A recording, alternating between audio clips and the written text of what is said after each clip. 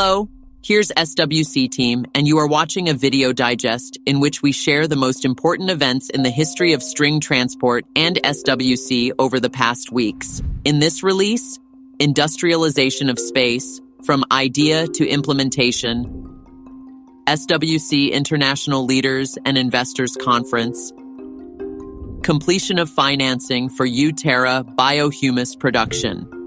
Let's not waste time and get straight to the first event. In a new podcast, experts reflected on space.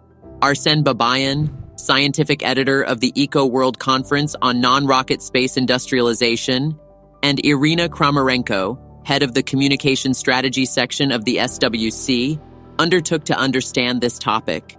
The interview discussed what our world could become if global issues are resolved through space exploration. The International Conference of Leaders and Investors, SWC Global, will be held in Prague. The event will take place from the 1st to the 3rd of November and will provide community leaders and partners with the opportunity to hear from leading experts and financial market gurus. On the 30th of September, the financing of the world's first uTerra biohumus plant was officially completed.